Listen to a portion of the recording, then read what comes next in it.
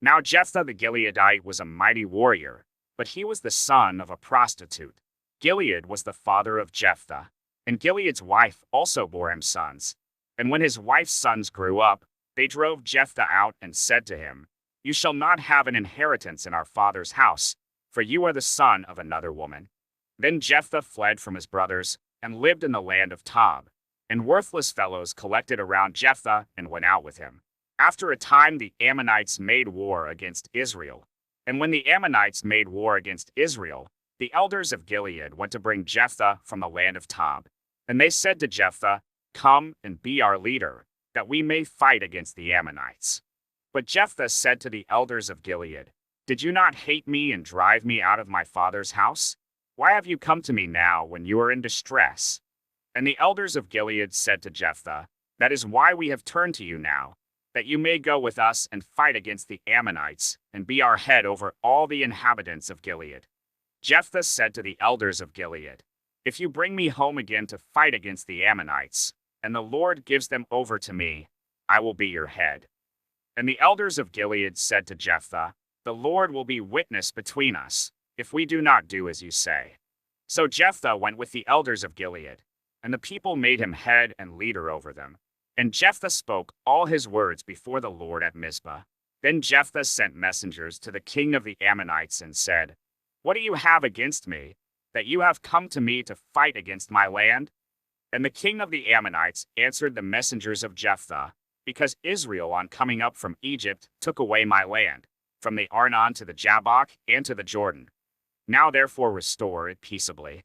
Jephthah again sent messengers to the king of the Ammonites and said to him, "Thus says Jephthah, Israel did not take away the land of Moab or the land of the Ammonites, but when they came up from Egypt, Israel went through the wilderness to the Red Sea and came to Kadesh. Israel then sent messengers to the king of Edom, saying, "Please let us pass through your land." But the king of Edom would not listen. And they sent also to the king of Moab, but he would not consent. So Israel remained at Kadesh. Then they journeyed through the wilderness and went around the land of Edom and the land of Moab, and arrived on the east side of the land of Moab, and camped on the other side of the Arnon. But they did not enter the territory of Moab, for the Arnon was the boundary of Moab. Israel then sent messengers to Sihon king of the Amorites, king of Heshbon, and Israel said to him, "Please let us pass through your land to our country."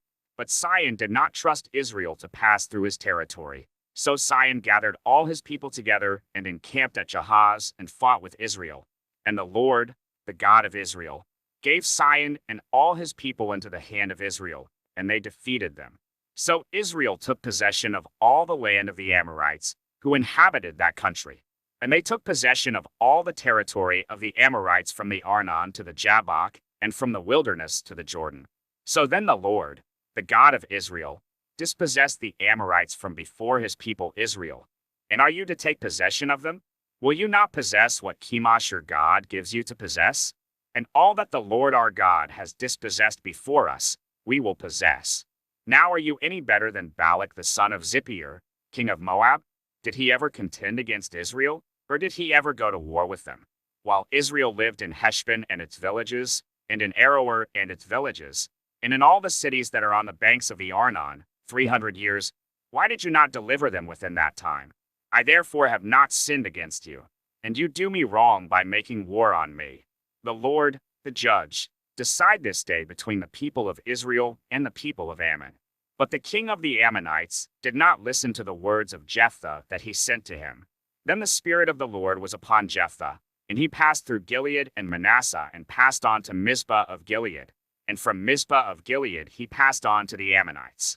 And Jephthah made a vow to the Lord and said, "If you will give the Ammonites into my hand, then whatever comes out from the doors of my house to meet me when I return in peace from the Ammonites shall be the Lord's, and I will offer it up for a burnt offering."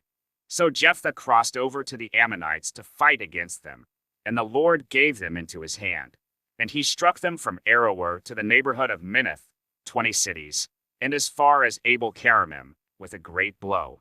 So the Ammonites were subdued before the people of Israel. Then Jephthah came to his home at Mizpah, and behold, his daughter came out to meet him with tambourines and with dances. She was his only child. Besides her, he had neither son nor daughter. And as soon as he saw her, he tore his clothes and said, "Alas, my daughter, you have brought me very low, and you have become the cause of great trouble to me. For I have opened my mouth to the Lord, and I cannot take back my vow." And she said to him, "My father, you have opened your mouth to the Lord. Do to me according to what has gone out of your mouth, now that the Lord has avenged you on your enemies, on the Ammonites." So she said to her father, "Let this thing be done for me. Leave me alone 2 months, that I may go up and down on the mountains and weep for my virginity, I and my companions." So he said, "Go." Then he sent her away for 2 months, and she departed, she and her companions, and wept for her virginity on the mountains.